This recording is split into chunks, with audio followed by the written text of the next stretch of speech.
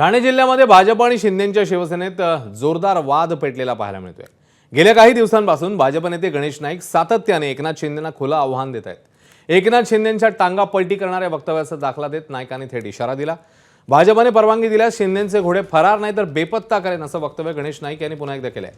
नरेश मस्केंच्या टीकेवर बोलताना गणेश नाईकांनी पुन्हा एकदा शिंदेंवर हल्लाबोल केला। तुमची चोरी योग्य वेळी बाहेर काढू असा इशाराही नाईकांनी दिलाय।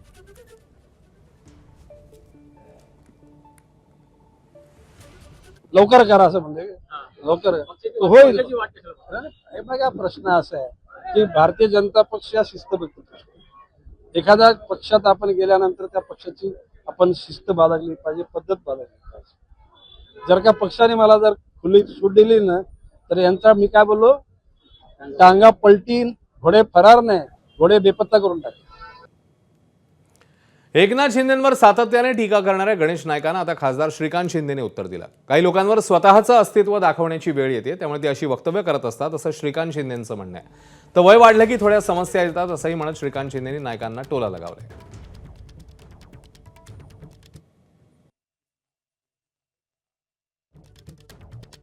हमरी तुमरी कोणाकडून होते?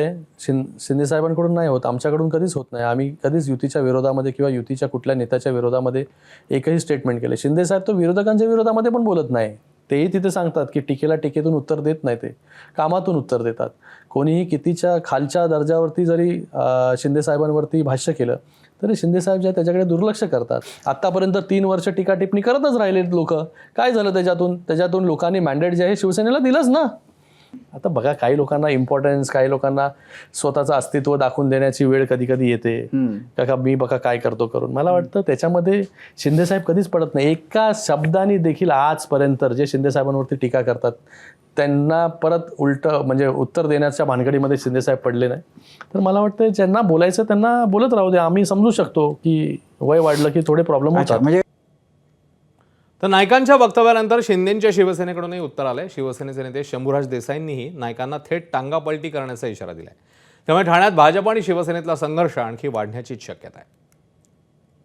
शिंदे साहेबांचा टांगा पलटी करायच्या गोष्टी लांब राहिल्या। गणेश नाईक साहेबांना म्हणावं, आम्ही जे कार्यकर्ते आहोत शिंदे साहेबांचे, त्यांचा टांगा आधी पलटी करून दाखवा। आम्ही सुद्धा शांत आहे, म्हणजे आम्ही महायुतीत आहे म्हणून शांत आहे। आम्हाला जर शिंदे साहेबांनी आदेश दिला तर साहेब राहू देत बाजूला, साहेबांचा ह्याच्याशी काय संबंध नाही। आम्हीच गणेश नाईकांचा टांगा कुठं फरार करू ते त्याला सुद्धा कळणार नाही। महायुतीच्या समन्वय समितीमध्ये हेच ठरलं आहे की मतभेद आणि मनभेद होऊ नये, कुणी टोकाचं बोलू नये।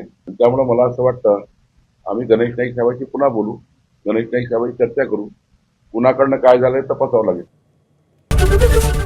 एबीपी माझा, उघडा डोळे बघा नीट।